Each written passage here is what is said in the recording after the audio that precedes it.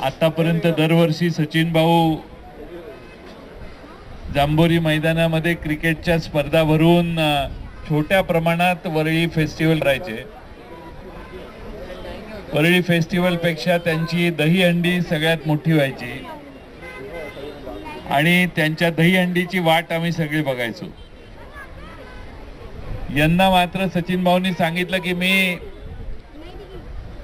या सगळ्या समुद्र किनाऱ्याचा जरा चांगला वरळीकरांना सुखद अनुभव देण्याचा प्रयत्न करणार आहे. मी लातूरला सकाळपासून होतो, पण सचिन भाऊंनी सांगितलं काही झालं तरी उद्घाटनाला तुम्ही या.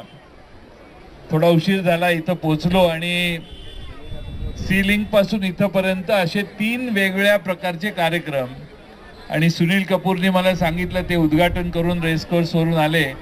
फूड फेस्टिवलचं उद्घाटन त्यांनी केलं. अशा या अनोख्या वेगळ्या अशा वरळी फेस्टिवलचं उद्घाटन झालं असं मी आपल्या सर्वांच्या साक्षीने जाहीर करतो.